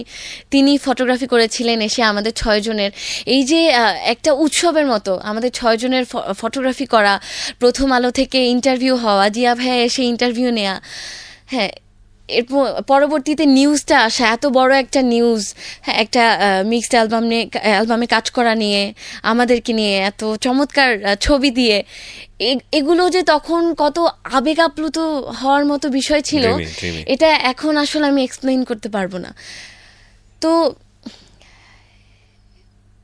এরকম ভাবেই আসলে আস্তে আস্তে আগাচ্ছিলে, চিনতে শুরু করলাম এবং আগানো শুরু করলাম। আমি যদি তোমাকে একটু বলি, মানে একটু এগিয়ে নেই, সেটা হলো যে তুমি বাংলাদেশের ঐশী হয়ে উঠলা কবে? মানে থাকে না যে সব শ্রেণীর মানুষ তোমাকে জানলো। একটা হচ্ছে নোয়াখালীতে তুমি দাপিয়ে বেড়াচ্ছিলে, সেটা ঠিক আছে। ঢাকাতে একটা ভালো এন্ট্রি হলো হৃদয় খানের মাধ্যমে। তার আগে তুমি কমার্শিয়ালি টুকটাক একটা প্রজেক্ট করেছো, তুমি ঢাকায় এসে গান গাওয়ার চেষ্টা করেছো স্টুডিওতে, that is different thing. But এতে ন্যাশনালি একদম পুরো দেশ কাঁপানোর মতো পারফরমেন্সের যে জায়গাটা যদি আসি, প্রথম ব্রেক থ্রু, প্রথম আলোতে নিউজ হয়েছে, সেটাও একটা ভালো কাভারেজ। কিন্তু হয় না, গান গিয়ে পুরো দেশের মানুষকে জানাচ্ছ তুমি, সেটা গণমাধ্যমে হোক বা যে কোনো জায়গাতে হোক। সেটার প্ল্যানিংটা আসলে শুরু করেছি হৃদয় মিক্স 3 পরেই। ওকে, সিনিয়রদেরকে আমি সবসময় মানে অনেক অনেক বেশি রেসপেক্ট করি, কারণ তাদের কারণে এই সোসাইটিটাকে আমরা চেনা এবং এখানে কাজ করার স্বপ্ন দেখা, গান নিয়ে কাজ করার স্বপ্ন দেখা। কিন্তু আমাকে অনেক সিনিয়ররা আছেন যারা আমার গান শুনে অনেক ইন্সপায়ার করেছেন, এবং কিভাবে কাজ করতে হবে গাইডলাইন পেয়েছি। অনেক সিনিয়রদের স্নেহের হাত আমি আমার মাথায় পেয়েছি।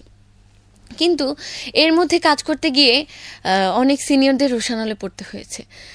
মানে দেখলাম যে আমি হয়তো সম্মানের সহিত তাদেরকে সালাম দিয়েছি বা এগিয়ে গিয়েছি কথা বলতে, কিন্তু তাদেরকে দেখে মনে হয়েছে আমি হয়তো কাঁটা নিয়ে দাঁড়িয়ে আছি এবং তারা আস্তে আস্তে দূরে সরে যাচ্ছেন। সেই রেসপন্সটা আমি পাইনি। যারা লেজেন্ডারি আছেন তাদের অনেকের কাছ থেকেও এরকম হয়েছে। আমি যেটা বিলিভ করি, যারা এমন লেজেন্ডারি আর্টিস্ট আছেন তাদের আসলে এরকম করার প্রয়োজন নেই, কারণ তারাই ইয়াং জেনারেশনকে, কারণ আমি ছোট, আমার চেয়ে ছোট, আমি যদি এখন 22-23 বছরের একটা মেয়ে হই, আমার চেয়ে ছোট 10-12 বছরের একটা মেয়ে বা ছেলে যদি গান করা শুরু করে, আমি অবশ্যই তাকে পজিটিভলি ইন্সপায়ার করব। তার সাথে আমার কম্পিটিশনে তো প্রশ্নই ওঠে না, তাকে আমি বিভ্রান্তও করতে পারি না। কিন্তু আমি বিভ্রান্ত হয়েছি অনেক জায়গায়। আমি এই কাজগুলো করতে গিয়ে নিজ থেকে যখন কাজ করা শুরু করি নোয়াখালী থেকে এসে, তখন আমি দেখেছি অনেকে আমাকে একটু সরিয়ে নিয়ে একটু ভুল রাস্তাও দেখিয়ে দিয়েছেন। এবং অনেকে আমাকে একটু অনুৎসাহিত করারও চেষ্টা করেছেন। তার মধ্যে থেকেও আমি সাহস নিয়েছি যে হয়তো আমি কিছু করতে পারছি বা পারবো বলেই তারা হয়তো আমাকে একটু আলাদা করে রাখার বা একটু ঠেলে ফেলে দেওয়ার বা একটু টেনে ধরে রাখার চেষ্টা করেছেন। সেটা আমার জন্য একটা লার্নিং। কিন্তু এই সব কিছুর ভিড়ে পজিটিভ দিকটা হচ্ছে আমি অনেকের কাছ থেকে অনেক ইন্সপিরেশন পেয়েছি বলেই আস্তে আস্তে পথ চিনেছি। তো এইভাবে চিন্তা করতে করতেই আমাদের একজন পরিচিত, আমার একজন আঙ্কেল, জনি খান, তিনিও গান করেন। তো জনি আঙ্কেল একদিন বললেন যে রবির জীবন তো ভালো গান লিখেন, এখন ভালোই গান লিখছে, অনেক কাজ করছে, সে তো আমার বন্ধু, সে তো আমাদের নোয়াখালীর, আমার বাড়ির পাশের কালের কণ্ঠ পত্রিকার কাজ করেন। জীবন। তো সে এভাবে গল্প করার পর আমরা জানলাম, তার আমরা বিভিন্ন কাজ শুনেছিও তখন। তো জানার পরে হঠাৎ একদিন এক ঈদে সত্যি জনি আঙ্কেল রবিউল ইসলাম জীবনকে আমাদের বাসায় নিয়ে আসলেন এবং আমাদের সাথে পরিচয় করিয়ে দিলেন। তো সেটা আরেকটা শুরু, পরিচয় হলো এবং তিনি আমাদের গান শুনলেন। তো প্রথম পরিচয়টাতে তিনি হয়তো সেভাবে বুঝে ওঠেননি বা সেভাবে হয়তো সিরিয়াসলি নেননি, যে বলেছেন যে হ্যাঁ কাজ করা যাবে, কিন্তু আরেকটু সময় নেই, আরেকটু পরে।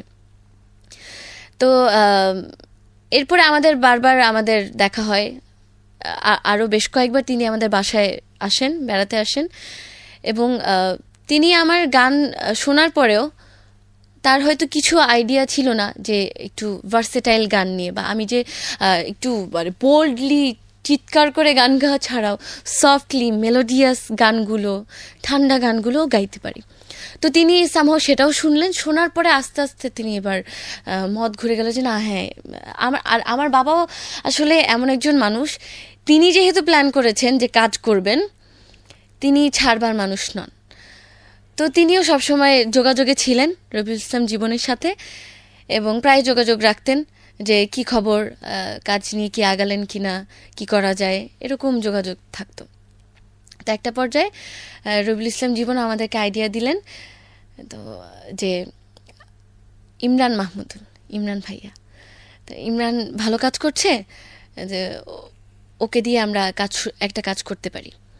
তো তখন আমার আব্বুও রাজি, যেই কথা সেই কাজ। আমরা ইমরান ভাইয়ের সাথে যোগাযোগ করলাম রবিউল ইসলাম জীবন আঙ্কেলের মাধ্যমে। আমি জীবন আঙ্কেল বলি যেহেতু আমার বাবার সাথে ভাই ভাই সম্পর্ক, আর আমিও তখন ছোট।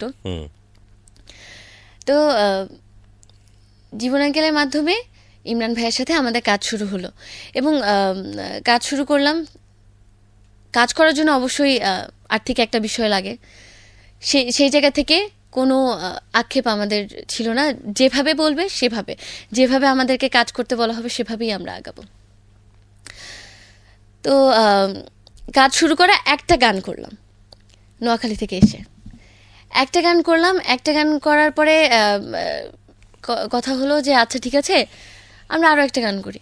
এরকম করে করে আমাদের 4টা গান তৈরি হলো, যে 2টা আমার সলো গান আর 2টা ডুয়েট গান। আর আমার বাবার যেটা প্ল্যানিং ছিল যে যেহেতু ইমরান ভাইয়া কাজ শুরু করেছেন, ওনাকে দিয়ে এই কাজগুলো সবগুলো করাবো। তো ভাইয়াই 4টা গান করলেন, রবিউল ইসলাম জীবন তিনি 4টা গান লিখলেন, আমি গাইলাম। এরপরে প্ল্যান হলো যে আচ্ছা আমরা যেহেতু 4টা গান করে ফেলেছি, আমার বাবাও বললেন এবং সব মিলে রবিউল ইসলাম জীবনও রাজি হলেন, উনিও বললেন যে ঠিক আছে আমরা 10টা গান করে ফেলি। এরকম আসলে একটা গানের প্ল্যানিং থেকে আলটিমেটলি 10টা গান হয়ে যায় এবং সেখান থেকে অনেকগুলো গান এখন পর্যন্ত ভালো রেসপন্স দিয়ে বের হয়ে এসছে। আর তার মধ্যে থেকে তুমি চোখ মেলে তাকালে গানটার আমরা তখন মিউজিক ভিডিও করেছিলাম, এটা আমার সাথে ইমরান ভাইয়ের ডুয়েট গান ছিল। ওকে। তো সব মিলে আমরা আর্থিকভাবে কোনো কার্পণ্যতা করিনি আমার বাবা, কারণ আমার বাবা সবসময় এমন ছিলেন যে স্বপ্ন দেখেছেন, প্ল্যান করেছেন, এই কাজটা করবেন, এভাবেই করবেন। কত সালে অ্যালবাম বের হলো তোমার? ওটা অ্যালবামের কাজ শুরু করেছি 2012-তে, মানে হৃদয় মিক্স 3 পর। 12তেই বেরোলো না, 2.5 বছর কাজ শেষ করে 2015-তে আমার অ্যালবাম রিলিজ হয়েছে ফেব্রুয়ারি 7 তারিখ। ওকে, তো রেসপন্স কেমন পেলে? 2015 সালে তখন ছিল সিডির একদম শেষ সময়, রাইট। ওই সময়ে ব্যবসায়িকভাবে সফল ছিল আমার সিডিটা এবং এটা মানে তখনকার সময়ে আমি এখনও আমি প্রাউড ফিল করে বলবো, আমার মনে হয় না কোনো শিল্পীর, বিশেষ করে কোনো নতুন শিল্পীর শুরুতে আসা নিয়েই এত নিউজ হয়েছে। আমার ইলেকট্রনিক মিডিয়া, প্রিন্ট মিডিয়া, কিছু টেলিভিশন ইন্টারভিউ সহ আমার এত আমরা মনে হয় কাউন্ট করে শত শত নিউজ পেয়েছি। 2012 সাল থেকে 2015 সাল পর্যন্ত কন্টিনিউয়াসলি ঐশী আসছে, ঐশী এক্সপ্রেস, আমার অ্যালবামের নাম দেওয়া হয়েছিল ঐশী এক্সপ্রেস, ঐশী আসছে, ঐশী এক্সপ্রেস আসছে, মানে এরকম এত নিউজ হয়েছে। আজ পর্যন্ত আমার মনে হয় কারো এত নিউজ হয়নি একটা অ্যালবামকে কেন্দ্র করে কিংবা একজন শিল্পীকে কেন্দ্র করে বা তার আশাকে কেন্দ্র করে। তো তখন এটা আমাদের জন্য হিউজ হিউজ বিষয় ছিল। তো এইভাবে শুরু, কাজ নিয়ে বলছিলাম যে 10টা গান আমরা করে ফেললাম। তো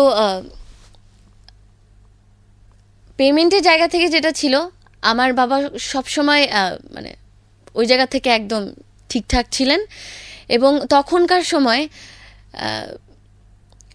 যতটুকু হওয়া উচিত বা যা বলেছে আমরা এটা নিয়ে কখনো কোনো কথাও বলিনি এবং সম্মানের সহিত সেভাবে কাজ করেছি, কারণ আমরা ভালোবাসা থেকে এই কাজটাকে নিয়েছিলাম। একদম শেষ যেই পেমেন্ট প্রসিডিউর, সেখানে হয়তো আমাদের কোনো আর্থিক টানাপোড়েনের জন্য না, সামহাও 5,000 টাকা মনে হয় একটু শর্ট পড়ে গিয়েছিল। হ্যাঁ, শর্ট পড়ে গিয়েছিল বলতে হয়তো দেয়া হয়নি। লাখ লাখ টাকার ভিড়ে 5,000 টাকা যদিও কিছু না। আমাদের সেই সময়ে আমার এই অ্যালবামটাতে আমার বাবা একটা গানের মিউজিক ভিডিও সহ আমরা প্রায় খরচ করেছিলাম প্রায় 12-13 লাখ টাকা একটা গানের পিছনে, একটা অ্যালবাম, একটা অ্যালবামের পিছনে। অনেক, পুরো অ্যালবামটা, মানে আমাদের কি বলো, আজকাল তো 5,000 টাকাতে গান কারণ ওই ওই ওই চিন্তাটাই ছিল যে সবাই মিলে কোয়ালিটি কাজ করা। ওকে, কারণ অনেক দিন ধরে, এটা যদিও 12 সালে গাওয়া বা 12 সাল থেকে কাজটা শুরু, কিন্তু এর মধ্যে আরও আগ থেকে 2008 সাল থেকে কিন্তু আমার রেকর্ডিং যাত্রাটা শুরু, যার কারণে অনেক লার্নিং হয়েছে। অনেক অনেক জায়গায় ভুল করে যেতে গিয়ে আবার শিখেছি যে না, এটা ঠিক না, এটা আমাকে ভুল জানানো হয়েছে বা কেউ আমাকে ভুল দেখিয়ে দিয়েছে, আমি আবার সঠিকটা জেনে আবার সেই জায়গায় এসেছি। এরকম করে করে জেনে জেনে আমরা সবসময় চেষ্টা করেছি যে কোয়ালিটির জায়গা থেকে কিভাবে আস্তে আস্তে আগানো যায়। তো আমরা অ্যালবামের কাজ করলাম, লেজার ভিশন থেকে আমার অ্যালবামটা নেওয়া হয়েছিল এবং আরিফ আঙ্কেল, মাঝার আঙ্কেল, তারাও আমাকে শুরু সময়টাতে খুব এত স্নেহের সাথে নিয়েছেন এবং মানে খুব আন্তরিকভাবে নিয়েছেন, নিজেদের মেয়ের মতো আদর করেছেন, আমার অ্যালবামটাকেও সেভাবে যত্ন করেছেন। তো অ্যালবাম রিলিজ হলো এবং ট্রেমেন্ডাস রেসপন্স। রাইট, 5,000 টাকার কিছু একটা বলতে চাচ্ছিল তুমি। ও আচ্ছা, তো জানি না, সেটা হয়তো কোনো কারণ না। ইমরান ভাইয়ার সাথে আমার সলো অ্যালবামের কাজ করা, একটা গোটা অ্যালবামের কাজ, যেটা আমার প্রথম একক অ্যালবাম, একজন লিরিসিস্ট হিসাবে রবিউল ইসলাম জীবন কারোর জন্য লেখা একটা একক অ্যালবাম, তারও পুরো অ্যালবামে ওনারই লেখা গান এবং পুরো অ্যালবামের প্রত্যেকটা গান ইমরান ভাইয়েরই সুর সঙ্গীতায়োজন, তার মধ্যে 3টা গান ভাইয়ের সাথে আমার ডুয়েট ছিল। এরকমভাবে কাজ করার পরে একজন শিল্পীর সাথে কিন্তু খুব চমৎকার সম্পর্ক তৈরি হওয়ার কথা। তো আমি জানি না, কোনো একটা কারণে হয়তো ইমরান ভাইয়ার সাথে আমার একটা দূরত্ব, দেখা হয়, হাই হ্যালো হয়, সবই হয়, কিন্তু আমাদের আর সেভাবে কাজও করা হয়নি। হয়তো কাজ করা হয়েছে, ফিল্মের গান করা হয়েছে, কিন্তু একসাথে এরকম কাজ করার পর যেই কাজের সম্পর্কটা তৈরি হওয়ার কথা সেটা হয়নি। কিন্তু কোনো কারণে, কি কারণ সেটা হয়তো ভাইয়াই বলতে পারবেন, যে কোনো কি কারণে ভাইয়া আমাদের উপর মন খারাপ করে আছেন এখনো। হ্যাঁ, যে কারণেই আমাদের মধ্যে হয়তো একটা দূরত্ব রয়ে গেছে তৈরি হওয়ার পর। আমরা আমাদের জায়গা থেকে কনফিডেন্ট যে আমাদের জায়গা থেকে কোনো ত্রুটি ছিল না, কারণ আমি সবসময় চেষ্টা করি, কারণ আপনিও তো আমাকে চেনেন, যে আমি আমার জায়গা থেকে সবসময় চেষ্টা করি সবার সাথে একটা সৌহার্দ্যপূর্ণ সুন্দর সম্পর্ক মেনটেন করা এবং সেটাকে পারলে আরো আপন করে নেওয়া। যখন আমরা প্রথম কাজ করা শুরু করলাম, বিশেষ করে আমি যখন গান করা শুরু করলাম, ওই যে ভালো করা শুরু করলাম আমার নোয়াখালীতে, তো তখন আশপাশের অনেকেই, কাছের দূরের আপন পর অনেকের কাছ থেকে আসা শুরু করলো যে মেয়েকে গান করানো শুরু করেছে, মেয়েকে গান করাচ্ছেন, এই লাইন তো ভালো না, হ্যাঁ, মেয়ের বিয়ে হবে না, এই সেই এরকম বিভিন্ন রকমের কথা বলা হতো। তো আলটিমেটলি এখন দেখা যায় সেই পরিবারগুলোতেই অনেকেই হয়তো এখন চান যে আমার ঘরেও একটা ঐশী হোক। তো যাই হোক, সেটা হচ্ছে কি মানুষের দৃষ্টিভঙ্গি। কিন্তু আমি আসার পর আমি মানুষকে ক্লিয়ার করার চেষ্টা করি যে বাহির থেকে মানুষ অনেক কিছু মনে করেন, ভেতরে কাজ করতে গেলে আসলে বোঝা যায় যে আসলে তা না। কারণ একটা জিনিস আপনি দেখবেন, মানে ওই যে কি যেন একটা কথা ছিল, আমি তো পাকনা কথা বলতে পারি না, ওই যে চিটা ধান, তো ধানের মধ্যে তো চিটা ধান থাকেই। তো এটা যে শুধু এই অঙ্গনে তা না, প্রত্যেকটা প্রফেশনে আছে, এভরি প্রফেশন। সেটা আমি বলবো কি রিকশাওয়ালাদের প্রফেশনেও আছে, ওনাদের মধ্যেও কিন্তু মানে এইসব বিষয় আশয় আছে, হিংসাও আছে, যেগুলো প্রত্যেকটা প্রফেশনেই মানুষকে সামনে আগাতে হলে ফেস করতে হবে। এবং চিটা ধানও প্রত্যেকটা প্রফেশনেই থাকে।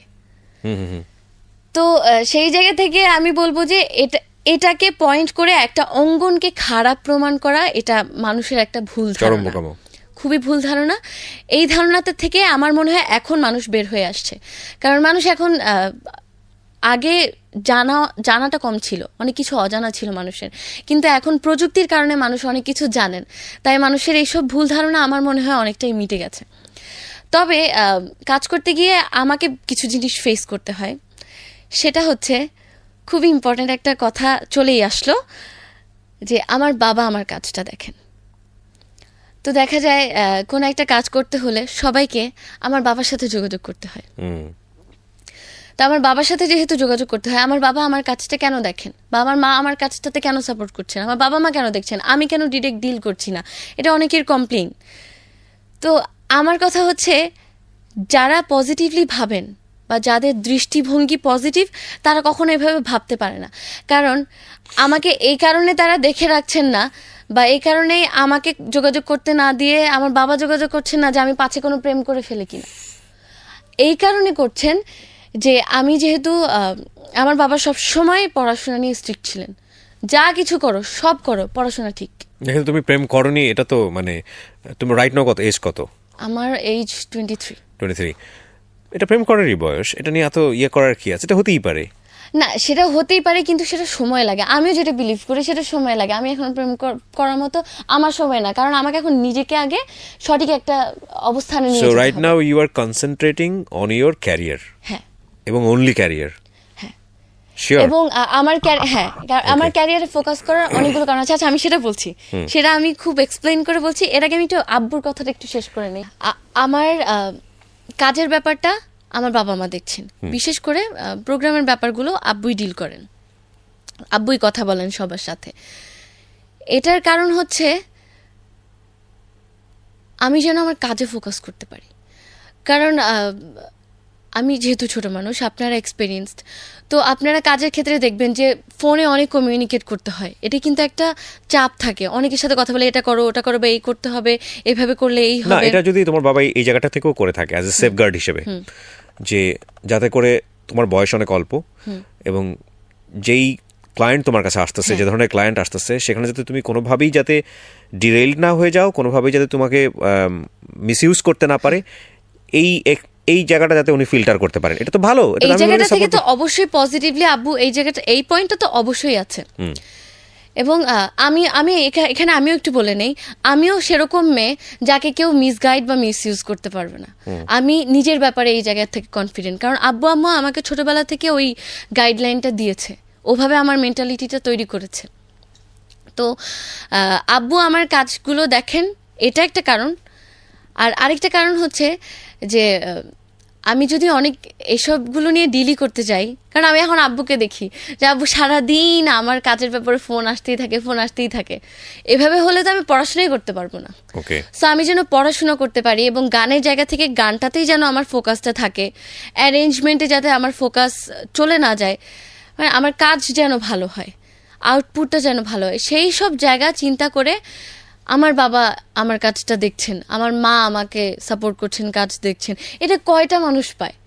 আমি তো বলবো আমি লাকিয়েস্ট, কারণ এই সাপোর্টটা যে পাবে, এই গাইডলাইনটা যে পাবে, এরকম সুদূর প্রসারী চিন্তা করা বাবা যে পাবে, তার জীবনে আর কিছু লাগে না। না কিন্তু এমন হয়নি যে তোমার বাবা কন্ট্যাক্ট করার কারণে অনেক ক্লায়েন্ট চলে গেল, কাজ হচ্ছে না? হ্যাঁ, এরকম হয়েছে যে আব্বুর সাথে কথা বলতে হবে, কথাই বললো না, কিংবা আব্বুর সাথে কথা বলতে হয়েছে এই কারণে হয়তো আমি আর সেই কাজটা করিনি, সামহাউ অন্য কেউ করেছেন, যারা হয়তো ডিরেক্টলি ডিল করেছেন বা তোষামোদি করেছেন, যেই জায়গাটা থেকে কখনো আমি ওভাবে ইনভলভড হইনি।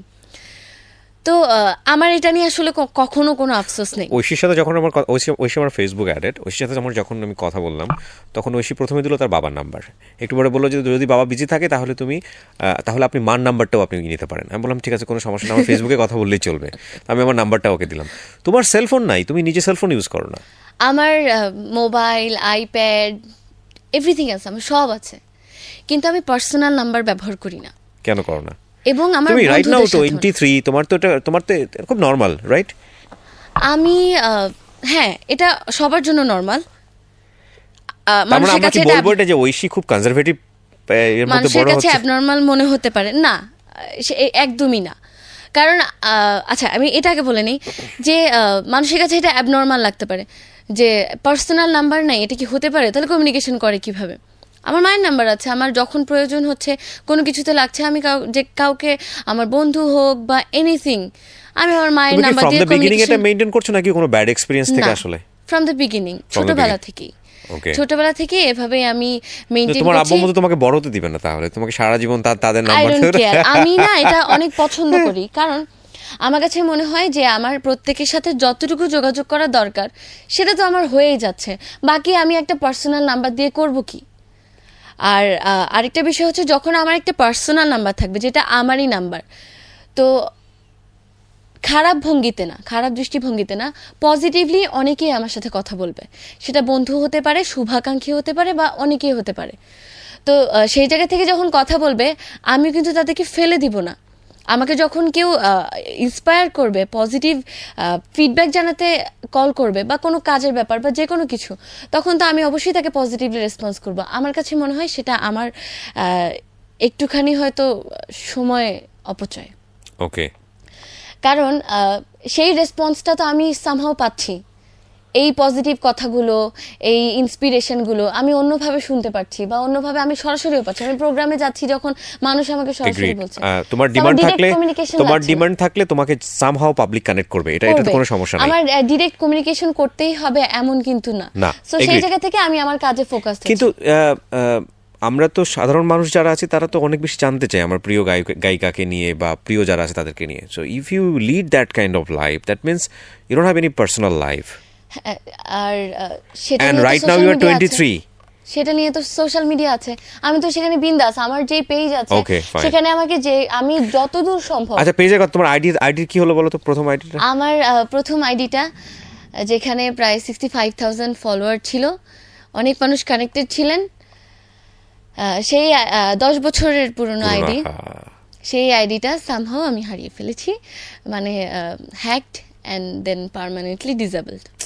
হয়তো হ্যাক করার পর কোনো ভায়োলেন্ট কিছু করা হয়েছে ওই আইডি থেকে, তার পরবর্তীতে ফেসবুক থেকে পার্মানেন্টলি ডিসেবল করে দেওয়া হয়েছে, এবং আমরা বিভিন্নভাবে চেষ্টা করেছি, আমরা রিকভার করতে পারিনি। কত মাস হলো হয়েছে? অক্টোবরে হয়েছে। এই তো এভাবে আর কি আইডিটা হারালাম। তারপর আমরা বিভিন্নভাবে চেষ্টা করার পরেও আইডিটা ব্যাকআপ করতে পারিনি।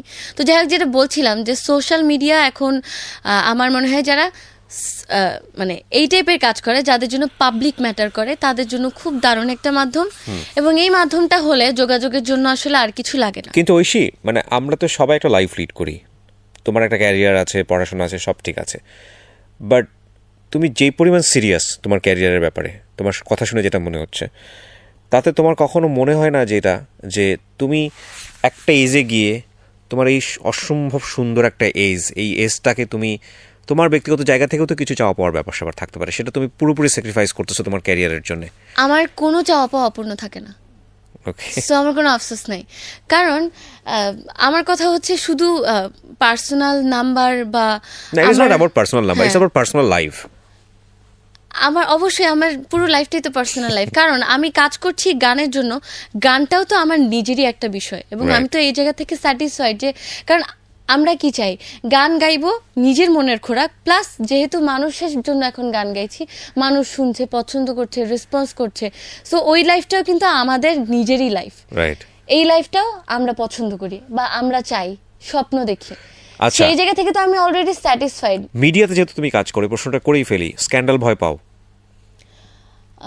না, ভয় পাই না, কারণ স্ক্যান্ডাল ভয় পাওয়ার জন্য আমার কোনো কর্মকাণ্ড নেই।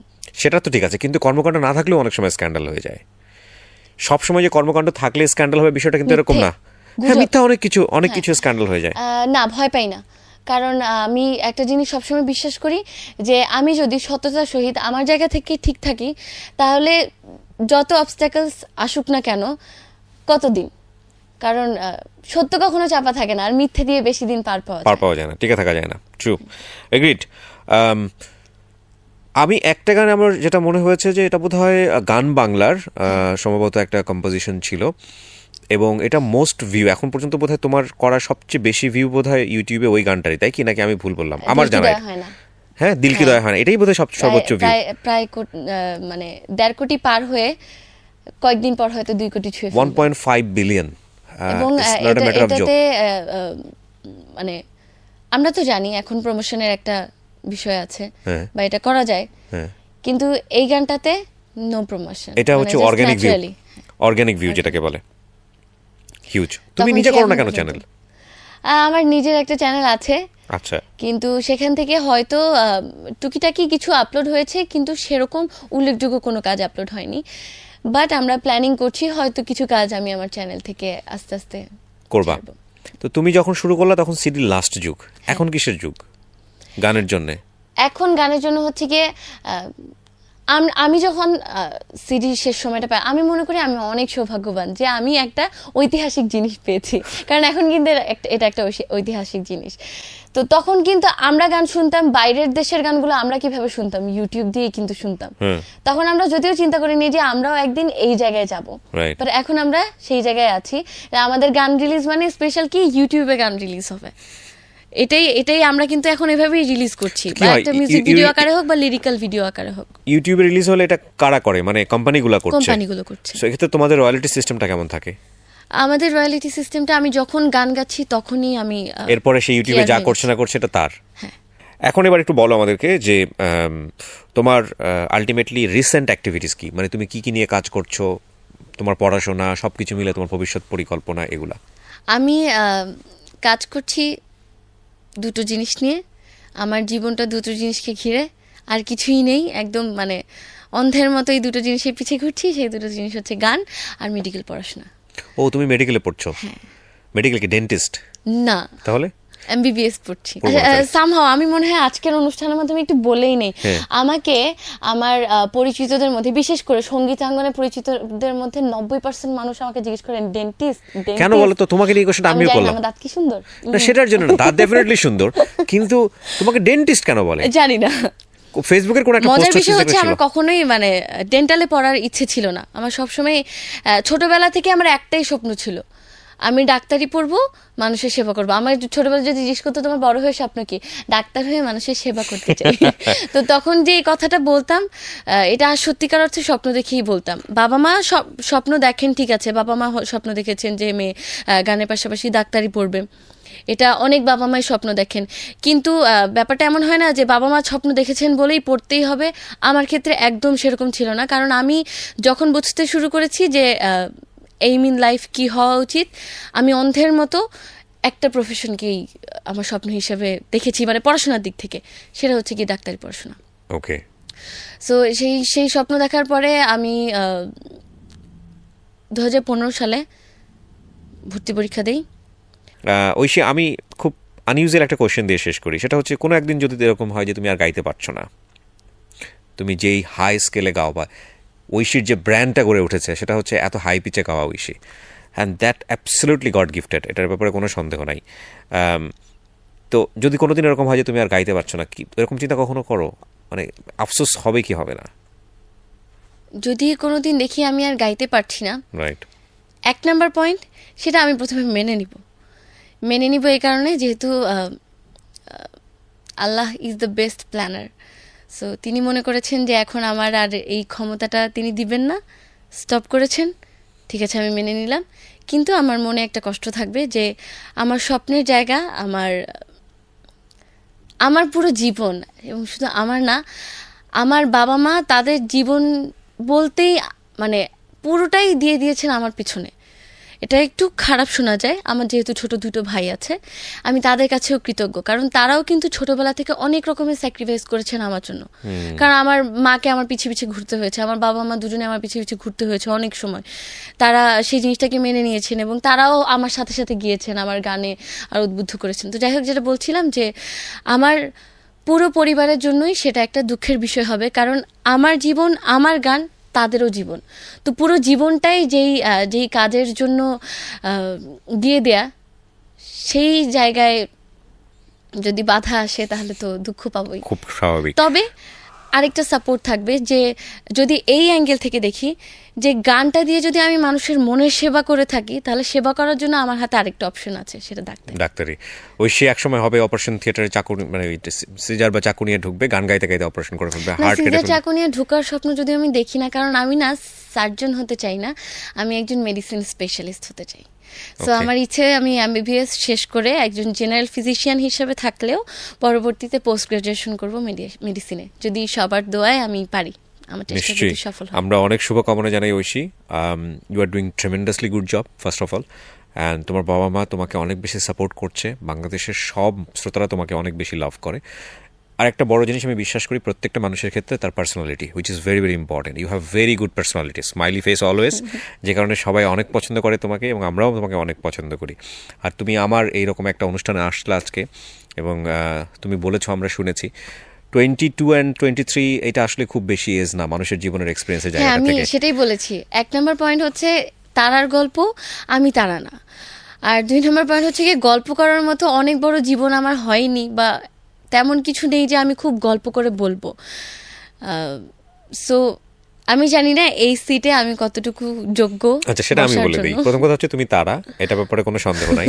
আর দ্বিতীয় কথা হচ্ছে যে তোমার এই যে 1 ঘন্টার যে জীবন স্টোরিটা আমরা যে আজকে এখানে নিলাম তারার রাতে, সেখানেও খুব সুন্দর কিছু জিনিস আছে। লাইক তোমার যে ছোট ছোট যুদ্ধগুলো, একেবারে সেই মানে স্কুল লাইফ থেকে, বেস্ট ফ্রেন্ড থেকে শুরু করে নিজেকে স্টাবলিশ করার জন্য, নিজেকে উতরে যাবার জন্য যে যুদ্ধ, এটা কিন্তু অনেক বড় একটা ব্যাপার। আর দ্বিতীয় কথা, আমি যেটা সবচেয়ে বেশি নক করেছে আমার কাছে মনে হয়েছে মিডিয়া ইন্ডাস্ট্রিতে কাজ করে, যে বাবা মায়ের অনুগত থাকা, এত এত পোলাইটনেস মেনটেন করা, যে বাবা মা যে ডিসিশন নেবে আমার জন্য সেটাই বেস্ট ডিসিশন।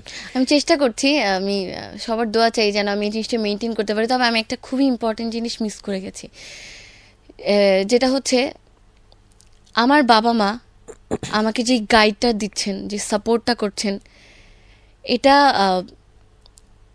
মানে আমার মনে হয় এটা এখনো পর্যন্ত আর কেউ আসলে পায়নি। আমি ঠিক ওটাই বলতাম যে আমরা সাধারণত মিডিয়াতে পাওয়া একটা অন্যরকম একটা ভাগ্যের বিষয়, রাইট। এবং এর পরবর্তীতে আমি এটা না বললে আমার কাইন্ড অফ বেইমানি হবে, এবং সেটা হচ্ছে আমার যে টার্নিং পয়েন্ট, যে আপনি যেটা বলছিলেন দিল কি দেওয়া হয় না, কাজটার নাম বললাম, কিন্তু কাজটার পিছনের গল্পটা যদি না বলা হয় তাহলে এটা সঠিক হবে না। এটা দিয়ে আমরা শেষ করি। হ্যাঁ, সেটা হচ্ছে গান বাংলা পরিবার।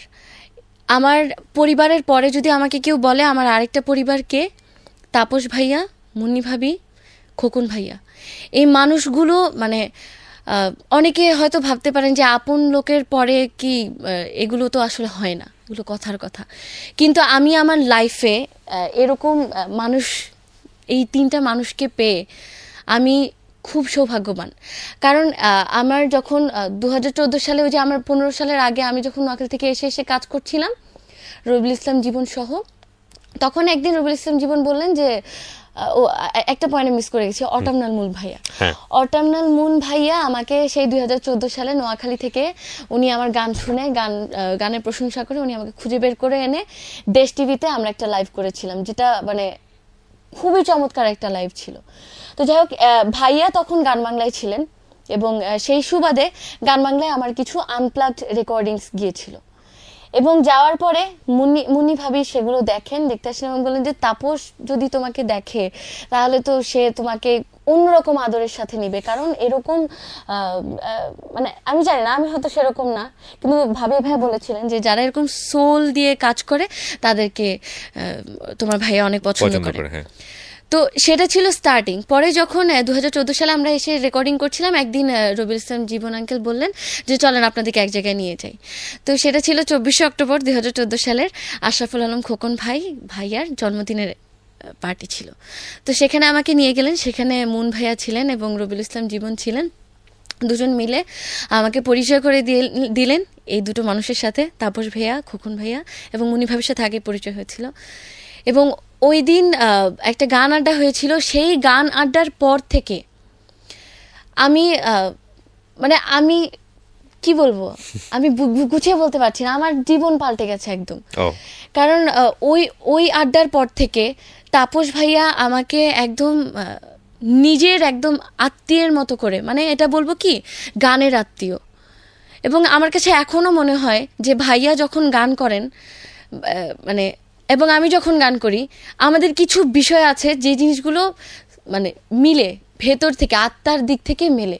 এটা গানের কানেকশন। আমি জানি না আপনি বুঝছেন কিনা, যদি ভাইয়া শুনে থাকে আমার মনে হয় ভাইয়া কমপ্লিটলি ফিল করবে এই মিউজিক্যাল কানেকশনটা। তো তখন থেকেই আসলে ভাইয়া আমাকে অন্য একটা স্নেহের জায়গা থেকে নেয়া। এবং সেম খোকন ভাইয়া আমাকে একদম মানে আমার কোনো বড় ভাই নেই, কিন্তু আমি ওনাকে বড় ভাই বলতে পারবো একদম প্রাউড ফিল করে। সত্যিকার অর্থের বড় ভাই, যিনি আমাকে সেই 2014 সালের 24শে অক্টোবর থেকে এখন পর্যন্ত একজন বড় ভাই হিসাবে গাইড করে গেছেন, ভালো খারাপ।